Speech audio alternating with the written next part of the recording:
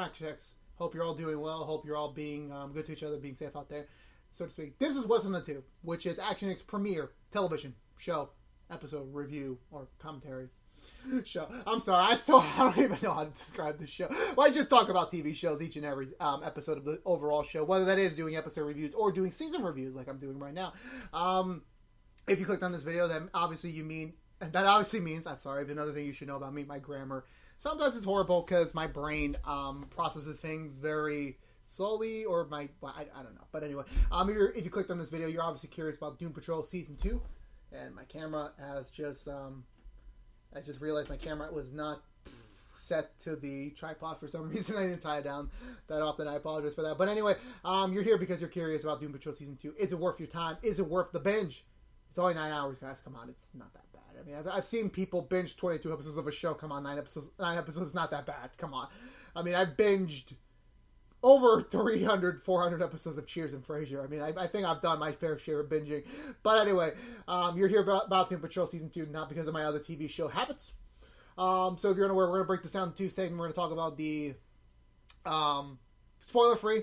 So, baseline, what you need to know about the season, what you need to know about the show. Just overall general opinions, no spoilers. Then we'll break into the second half where I will talk about spoilers. I'll talk about, like, my overall thoughts. And if you're unaware, if you are going to watch Doom Patrol Season 2 and you want to see a more sort of detail, more breakdown of each episode, I've already done episode reviews for each and every episode of Doom Patrol Season 2. You can go check them out on the channel if you're curious about it. But with that being said, let's get down to it. So, spoiler-free, one sentence alone, is Doom Patrol Season 2 worth the watch? Honestly, if you are a fan of Doom Patrol Season 1, and or maybe you're just very curious and like, is this a superhero show up my alley? I'll be completely honest, the show is off the rails. It is so crazy every single episode. It's just so weird, but it's so lovable at the same time that, yes, it is definitely worth the binge. It's definitely worth investing your time into Season 2. So if you're coming from Season 1 and you want to, if you're very concerned that, the scale drop off in Season 2, overall for me, I feel like the show went off a couple points. Like if I have to do like a 1 to 100%, I would give Season 1 like a 90, 98, 99. This would be a 96, 97. Not to say the show isn't bad. Like, oh my god, it's a downgrade it must be bad. Like, no, it is definitely not. There's just certain things in the overall presentation of Season 2, and it does have relate to do with COVID-19 and just in general where the direction went with Season 2.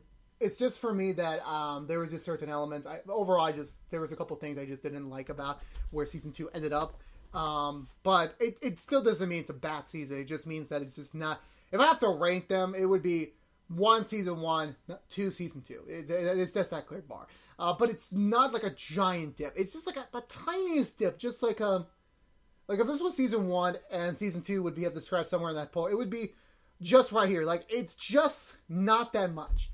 But overall, I still really loved Season 2. I really did. I still very much was worth it. It was a well worth time to review each and every episode, because last year when I was just starting out this show overall, What's in the Two, I was binging Season 1 on DVD when it came out, all 15 episodes, and that was just, oh my god, I had no faith in the show, because, like, Doom Patrol as a TV show, come on. Like, they're just really scraping at the bottom of the barrel, but the way it's just so weird. I can't even describe it well still. Even when I think I was just saying this too on the Season 1 review. Like, I don't know how this show works. Like, it's just so charming, so lovable. The cast just plays these misfits. Like, they're not trying to relate to the general population, because there are misfits out there. There are people out there who just don't fit into society. And that's not meant to be an offensive thing. I'm not trying to say that as like a negative comment, because, there's just people that just doesn't... and that's even a weird thing. Again, I'm not trying to insult anyone. I'm just trying to say that there are just people that just are different from other people. And that's not a bad thing. That's just who they are. But that's not trying to... The show overall is not trying to like be like the average Joe. And that's no joke, because my name is Joseph and my nickname is Joe. I'm not trying to say that at all. But the point I'm trying to make is that it's not your typical superhero show. It's not even really a superhero show. It's more like a comic book show, because these guys aren't really superheroes. And that theme kind of sort of continues in Season 2. Like, they have their own human problems, but with their unique superhero elements, it just works out fairly well to speak. if you're coming from season 1 of Doom Patrol and you're just curious, like, is season 2 really worth it? It is. It is nearly, if not the exact same quality as season 1, and you're just going to enjoy the entire ride through. I feel like the characters. Now again, if you're unaware, this season was a reduction of season 1. So season 1 was 15 episodes. Season 2 is only 9 episodes. It was going to be 10, but then COVID, like many other TV shows, filming stopped. They had to stop at episode 9, so it's only a 9-episode season. So technically, the story of this season, technically, in a way, is really incomplete. In a manner of speaking, I still feel like once you get to episode 9 and you see those final scenes, it still felt like a finale. Obviously, in the cliffhanger direction, as more of a giant cliffhanger than like a minor cliffhanger. Because like the minor cliffhangers for me, I explain them as there are seasons that just end the show, like the main storyline of the season is over, but there's something else out there that they're going to explore the next time we see them again. This was a major cliffhanger since like the story just stops there. Like we don't know what happens next. We have to wait until if the show comes back for another season down the line. Hopefully we'll get an announcement of that next week at DC Fandom. Hopefully it will be renewed. I'm very hopeful it will be because, come on, you can't cancel this show. You can't cancel these guys. But also, so just for me speaking character-wise, in terms of the actual characters, I think I was about to talk about them before, but then I just dipped in another direction. I felt like their journeys for most of them was they felt organic. Like they felt like the next evolution for these characters mostly. Again, I won't spoil too much because again, this is the spoiler-free version. So, the spoiler-free segment. So I won't spoil that much. Well, not at all. But I feel like the where you see the characters end in season 1, you see a nice progression with season 2. Like there's no like sudden jumps of logic. There isn't. It's just I feel like the only one like again with this being a very much of a reduced season / giving more like this season. I feel like for me, and this isn't a spoiler. This is just generally because like again the thing with an ensemble cast like this one, it is difficult sometimes to like balance out all the characters because you got Niles, you got Larry, you got Cliff, you got Jane, you got Rita. Now you have the new character Dorothy, which hands down Dorothy, one of the cutest characters in the show. I mean she looks different, but guess what? She's still a little girl at heart. I would honestly like if I was a father, I would still love her as a daughter. That's how sweet she is, and of course, obviously, she has her own different extreme circumstances, and still from the season premiere onwards, I love this character so much, and I don't want anything bad to happen to her. Of course, speaking, but the thing with this being an ensemble cast plus the addition of a new character, you're bound to like there's going to be that one character that is not going to like get as much screen time, or at least you don't see them getting like for me personally this season it was Rita. It's not a spoiler, I'll talk more about this in the spoiler section, but I mean not to say she didn't have any character development. She did have character development. She did have her journey did continue, but it wasn't at like the monumental feat as everyone else. I think now that I'm thinking about it, I think Vic and her are kind of tied, no offense.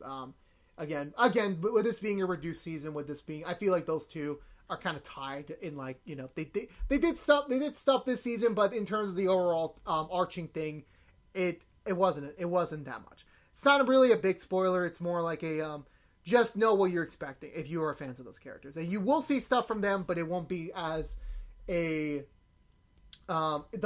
big step. It's more like a medium step, if I have to use that terminology. What else? That's the thing about the spoiler-free section.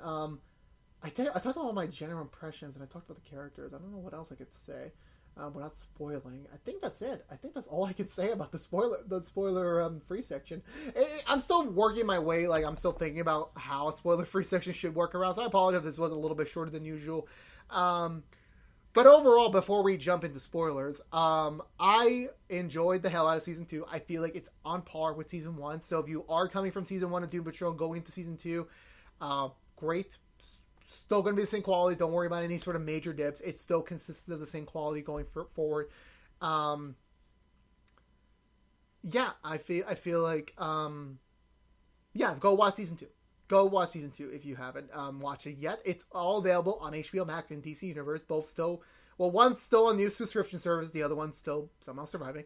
All 9 episodes are on there, so go enjoy them. And if you want to hear the breakdown by breakdown, go check out my episode reviews for all 9 episodes of the season, all on the channel right now. And yeah, so unless you're coming from the way future and you're about to now see my overall season 2 thoughts, talk about the whole season. There we go. So last warning, go watch season 2 of Doom Patrol. If you haven't, all in HBO Max and DC Universe, hashtag not a sponsorship, hashtag please sponsor me, hashtag don't really sponsor me, hashtag I don't fucking know anymore. I'm sorry for my language. Okay, ready? 3, 2, 1, go. Okay, so spoiler time. So we're continuing where we left off last week on season 2, episode 9 review. Yeah, so let's talk about it. Let's break it down now, finally. I can actually, the chains are lifted. I can start talking about this season. If I have to compare villains, I'm sorry, Candlemaker does not hold a feat to Alatutic's most powerful performance as Mr. Nobody. It just doesn't compare. I'm sorry. I mean, I don't even know the voice actor for Candlemaker. He just feels like a generic villain. That's the thing. Like, Mr. Nobody had, a backstory. He had an overarching story arc. He was that, Deadpool of the DC universe, but in a more villainous form.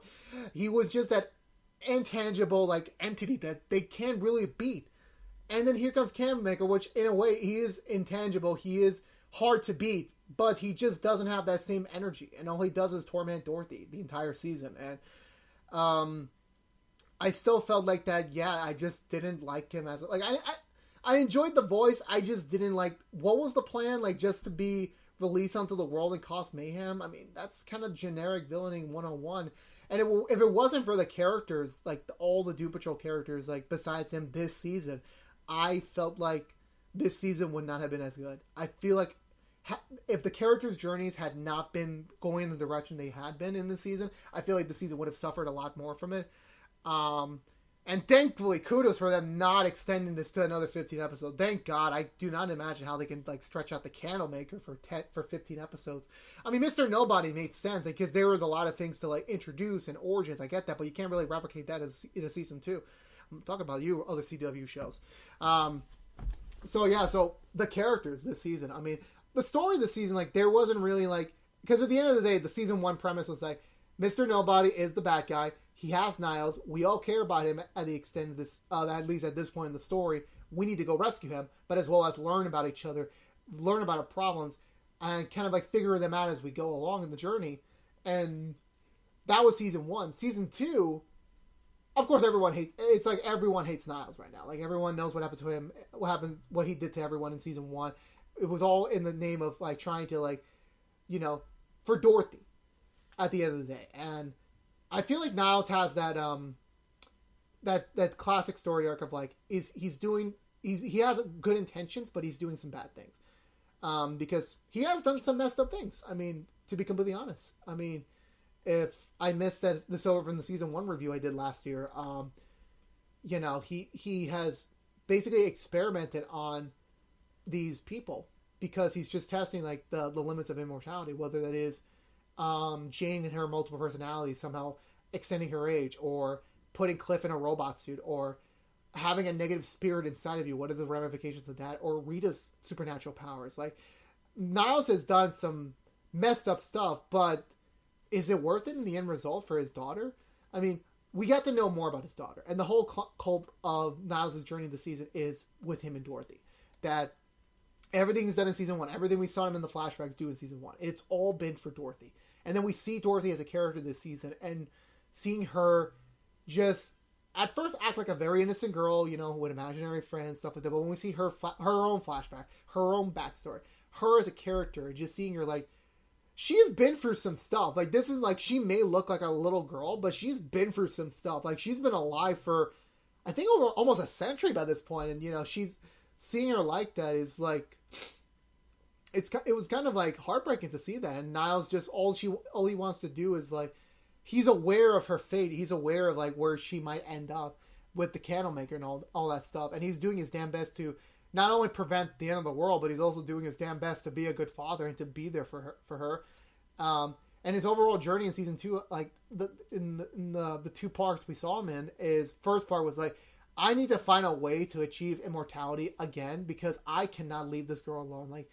it's the same thing. Like my own father talks about this. Like he never wants to leave me. He never wants to leave me and my sister behind. But as with humanity, with life itself, you're gonna die.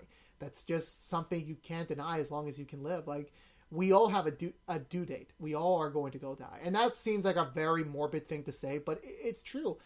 And of course, obviously, Niles is like a very rare exception. So it's like his daughter can basically bring upon the end of the world. I get that. That's a little bit extreme, but it's still in the same cult. Like he doesn't want her to like suffer through life without her father, because if something goes wrong with her emotions, this Candlemaker will be unleashed and the whole world is basically fucked. So he has good intention, but however, it's something I learned in philosophy class, or was it philosophy, or I mean, it was philosophy, about how doing the good for the many than doing good for the few. And it's kind of like that weird flip of the coin, because like, it's kind of Niles is in both sides of that phrase, because he's thinking of his daughter, the few, over the many, which was the rest of the Doom Patrol cast. But he's also thinking about the whole world against the Candlemaker, and not really thinking about the Doom Patrol. Again, he's not really thinking about them. He's basically just like, they're just pawns in his like overall game. And that seems like a messed up thing to say, because Niles still has a heart. He still cares about them, but he just cares about his daughter more. And, you know, and this season, Niles is kind of more distant from the rest of the Doom Patrol cast because of that. They still don't really like him, or like, they tolerate him, but they're not really like 100% like, oh yeah, go Chief, or yeah, let's like, we care about you. Like, they care, but like, they, now being aware of what he's done to them, like, they're not going to 100% be on board with him ever again. But then they kind of see the overall bigger picture. I mean, they still don't respect him, I don't think, by the end of the season, but they understand the larger game here at Works. But so even with that, but and also shout out to Timothy Dalton, still doing an amazing job as an actor, like portraying him and throughout the different emotions. Cliff can always do no wrong. Cliff is always that one constant character. Like, if you need a laugh or a chuckle, he's going to give you that laugh or chuckle. He just cannot miss a beat. And this season, they continue his, like, regrets with life, because I think, from what I remember, season 1 ended with, like, him figuring out that, like, the accident was caused by Niles. And, you know, his daughter was still alive, and he kind of missed so much of his daughter's life. And this season kind of continues that, where he wants to have that fathership. Again, he wants to be a father again, and he sees that in Jane. But of course, with Jane and her multiple personality, it is kind of difficult to do that to an extent. And he tried his damn best in the first half to like try to be a father that Jane wanted when she was younger, but it just doesn't really work out for him in his favor. And then he just says, "Fuck it, I'm gonna go and try and reunite with my real daughter." And I think, like in any real life scenario, it just doesn't work out. His daughter is just very afraid of him, because here's a man who kind of sounds like my dad in a robot suit, claiming to be my dad on my baby shower day. It's not the best combination in the world to be in, and, you know, and then seeing her, eventually their relationship improving towards the end of the season was kind of like, I feel like Cliff had the most like balance, like the most positive arc. Like, he's improved, like, you know, he's kind of getting that redemption of, like, you know, being able to like be with his daughter again, hopefully, and, you know, hopefully being able to be a grandpa down the line, hopefully speaking. And I mean, again, at the end of the day, Cliff is still the same person, you know, still cursing, still cussing, doing whatever the hell he wants, being a jokester. But he has heart this season more than ever, wanting to have that, you know, to be a real father again. And I feel like we get a more positive turn for him, which I really enjoyed, compared to compared to Larry this season, where, like, oh my god, I felt so bad for Larry, because Larry cannot catch the break. Because last season for Larry, it was definitely his relationship with the negative spirit inside of him. Now this season, it's more about, okay, those two are kind of accepted each other, but now Larry still has this other, like, kind of, you know, regrets with his family that he left behind. And this season continues that, where he tries to reconnect to the last family members he has left that would even, like, be willing to talk to him. And then we got that one episode. We had the funeral episode where Cliff just says goodbye to one of his sons, and then having him reconnect with his other son. And then we get later on in an episode where he does get to, at first glance, it showcases, like, yeah, he might have a chance to reconnect with them, a la Cliff, as we'll see later on in the season for him.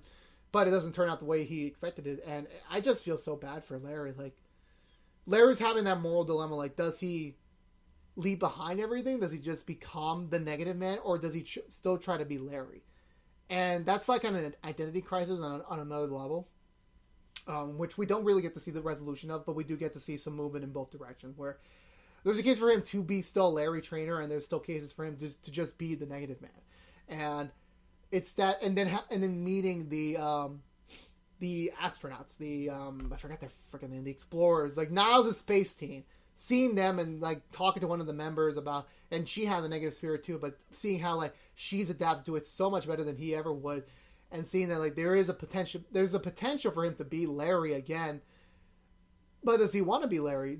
Is there even a moment for him anymore in the world? And that's just something that he still has to figure out. Still, we didn't really see the conclusion of it. But I still like the journey he went on, and I can't wait to see where we go next with him.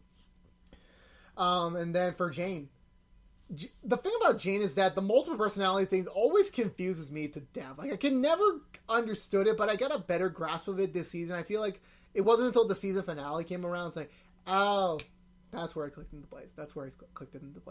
Because Jane this season, still dealing with, remorse and dealing with, grief and stuff like that. And then seeing the internal battle inside of her with the underground, because, Jane is not, and that's something I learned, like Jane, like the Jane we know and love is not the main personality. She's not the original person. She's just a personality. And she's been in charge for as long as, they can be, but now they're starting to second question her leadership and starting to question, like, should you really be the first one? Should you really be the primary? Is that really what we're going with here anymore? Considering the fact that lately she's been risking her life for these people. And it makes sense. It makes the logistical amount of sense. But then, as we approach the second half and we meet this new personality, this Miranda, and apparently she was the original primary long ago, and then she made some mistakes in her life and in her choices, and then they kind of shunned her, and that's when Jane took over, getting to see her rebirth, but having a realization that, like, wait, this might not be exactly how we painted it to be. And Jane is put in a new spot because, like, with Miranda coming back around and kind of like winning people back over, is she going to be the primary anymore? And this whole conspiracy theory that, like, other personalities are disappearing, so could it be it's time for the main person, the original being, to kind of like starting to start reducing the load? And I don't think that's how multiple personality works. I don't think that's how it really works, that it's just like, oh, the person himself or herself has to willingly give up the person. I don't think that's how it works, to be honest with you. I could be wrong, but I never looked up anything on the subject, but I just don't think that's how it worked. But then there's obviously like a much bigger thing with this Miranda, as apparently by the end of the season finale it's realized that this is not really the Miranda we know or we knew from the flashbacks. It's someone else. But how did this person get in her mind? Is this another personality we don't know before? Like, we just don't know in general, and we'll figure it out hopefully in season 3. But Jane this season just dealt with a lot more stuff, and then seeing more of her flashbacks was kind of, oof. I'm so sorry for her child. I really did.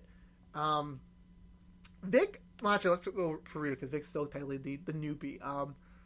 Yeah, like I said during the spoiler-free section, Rita, in my opinion, didn't really have much to do. I mean, her overall journey since episode 1 of the season to the last episode, she wants to be a superhero. She wants to start doing good for people, and obviously she needs training and she needs a mentor, and that's where Cyborg comes in. Like, he can mentor her to be a superhero, and that's her kind of her goal. But then she kind of has still some other repressed feelings in her mind, like more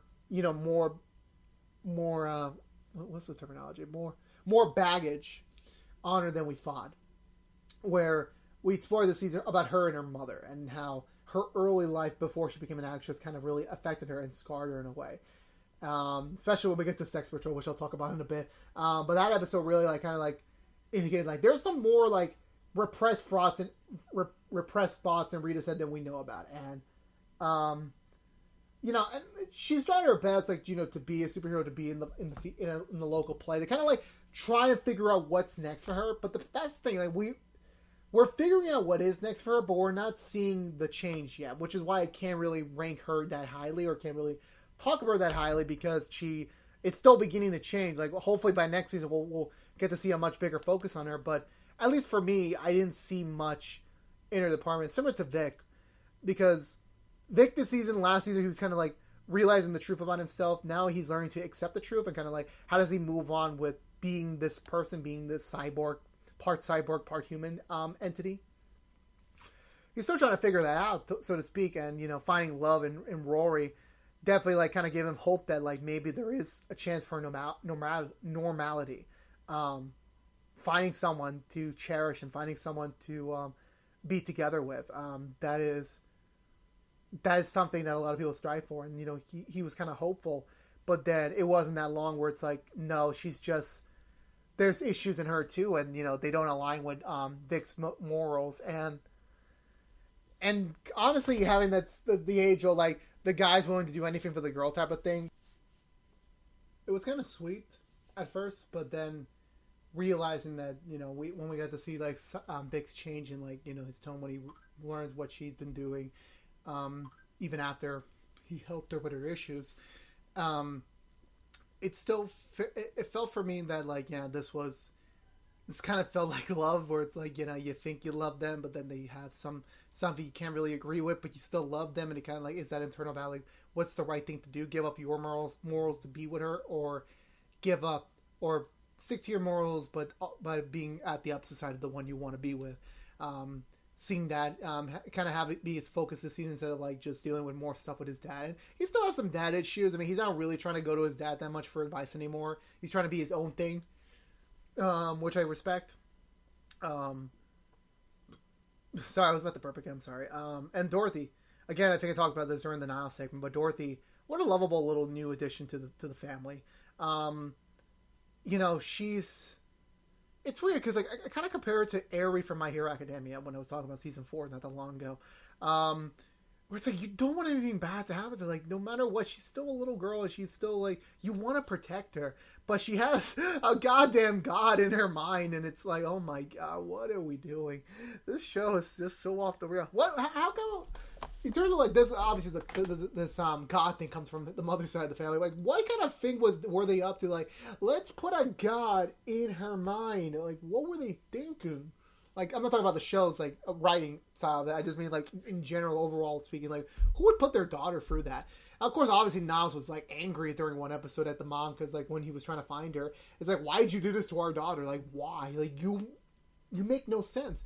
But Dorothy's such a wonderful addition to the cast. I love her so much. I hope we get to see more of her in the future, where, like, she's kind of, like, she's kind of going from a little bit of a caterpillar turn this season, where it's like she just wants to stay a little girl, to realizing, like, her dad might die, like, reality setting in, and, you know, then it becomes like, oh, does she want to grow up? Does she not want to grow up? Does she want to grow up? Like, there's just so many things that she goes through this season, in her debut season, that honestly, I felt like, you know, she was a strong new addition to the cast, and just fit in more well fit into this team of misfits.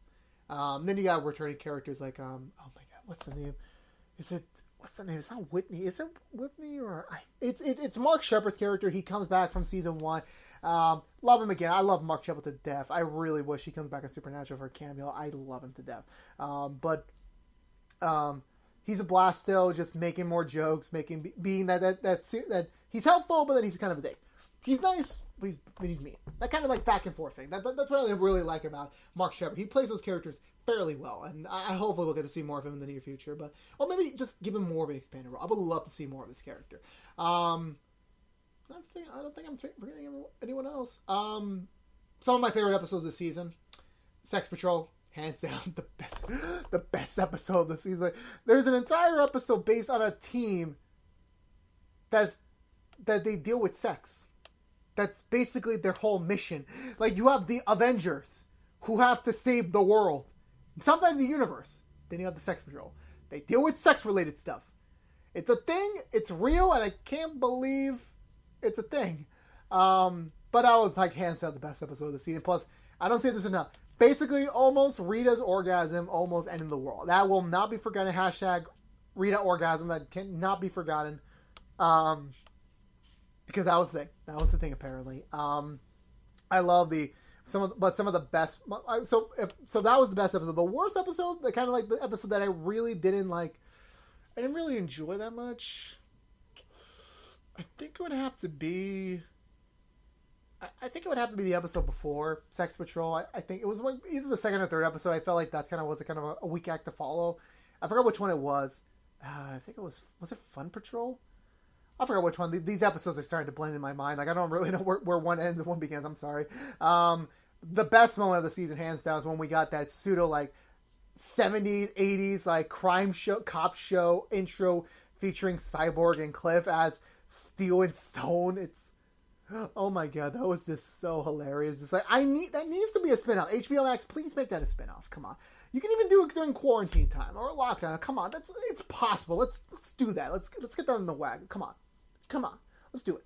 And then we got a mini follow-up in I think the penultimate or the it was the penultimate where we saw Rita's version of it where it's like it was Beekeeper and Borg and Beekeeper.